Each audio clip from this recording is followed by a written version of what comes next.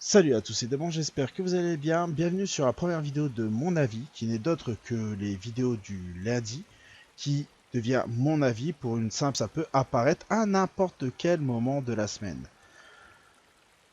Vous allez bien évidemment retrouver des vidéos de Shelter, vous allez retrouver des vidéos de Final Fantasy, pardon, des vidéos de découverte et tout, ne vous inquiétez pas, il faut juste me laisser le temps de m'organiser un petit peu avec la reprise du travail et compagnie.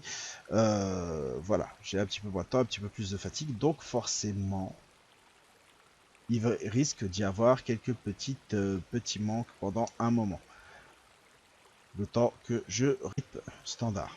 Bref, pour cette première vidéo, je voulais vous parler du mécanisme de la Chine par rapport à Internet.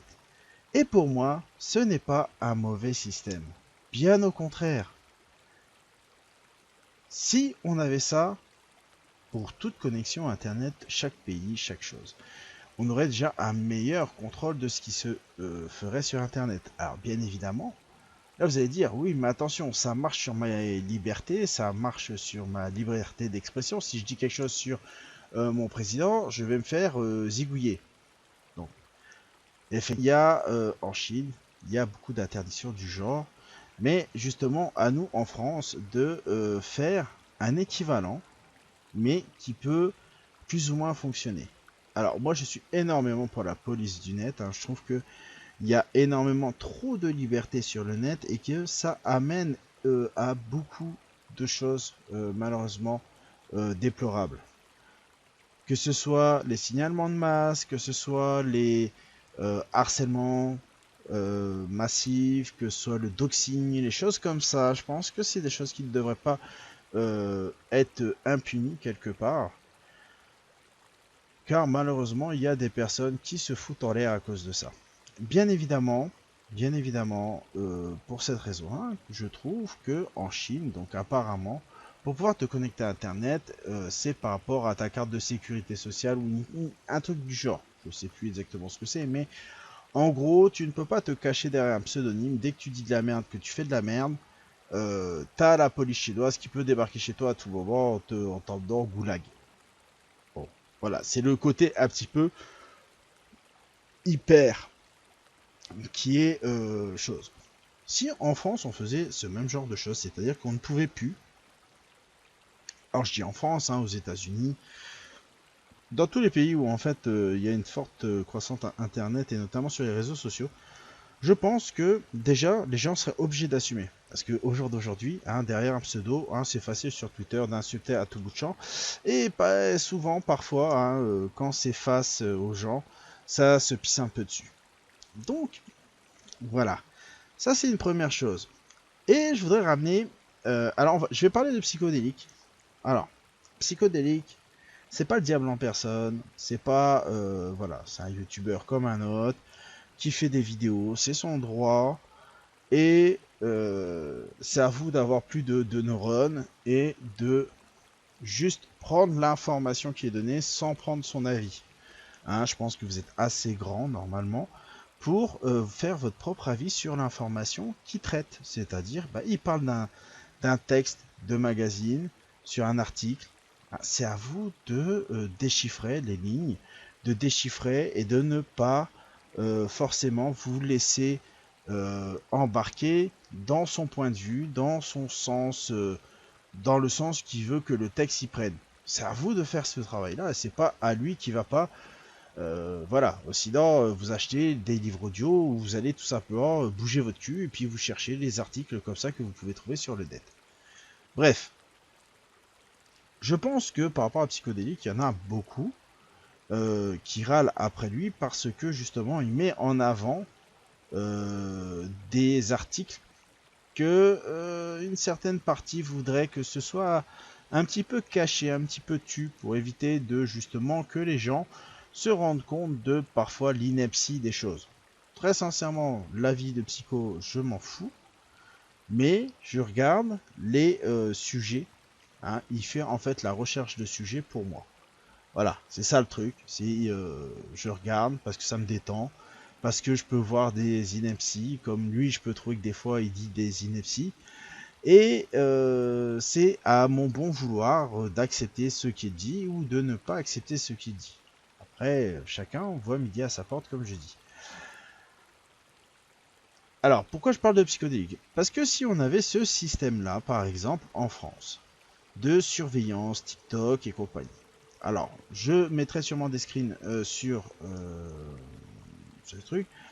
Il y a une TikTokeuse qui est affiliée à Webedia et un YouTuber qui est aussi affilié à Webedia qui ont fait un petit drama, une petite guerre interne parce que la TikTokeuse aller dans les bureaux de Webedia, casser la plupart des choses et bah c'est marrant, c'est des vidéos, ça fait rire son public et tout ça.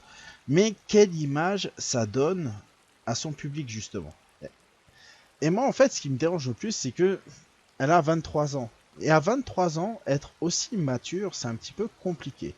Est-ce qu'elle aimerait que des gens aillent chez ses parents, aillent chez elle et qui casse la moitié des choses et puis rigole tout simplement et dire ah bah j'ai cassé mais c'est un accident. Je pense pas, je pense que ça la gênerait et qu'elle serait en pétard. Donc c'est exactement la même chose lorsque elle s'introduit dans les bureaux de Webedia et utilise le matériel de ses petits camarades de Webedia et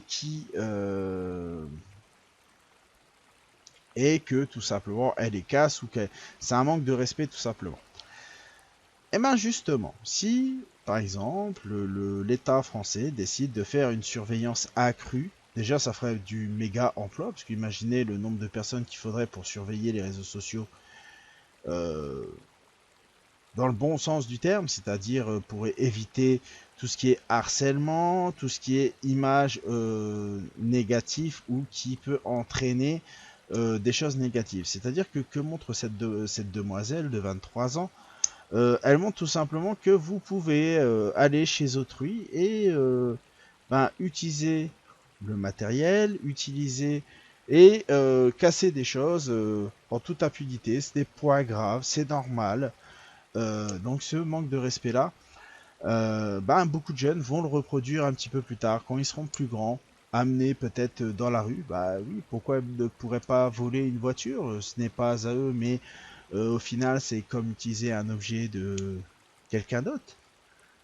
Bref, c'est pour cela que je trouve que, si on avait cette surveillance, tout simplement, ces deux personnes ainsi que Webedia auraient une amende, hein, une somme à payer de préjudice. La demoiselle assez forte puisque c'est elle qui amène l'image. Le youtubeur, alors je ne connais ni l'un ni l'autre, hein, je vous dis honnêtement. Le youtubeur, tout simplement parce qu'il a, il a tout simplement fait propager hein, la chose en continuant sur Twitter, en, en rendant ça public sur Twitter. Et Webedia tout simplement parce que ils sont à la comment dire ce sont leurs protégés. Donc effectivement, les trois devraient payer une amende rondelette selon les choses et peut-être que à force ça arrangerait les choses. Ceci est mon avis, c'est peut-être pas le vote.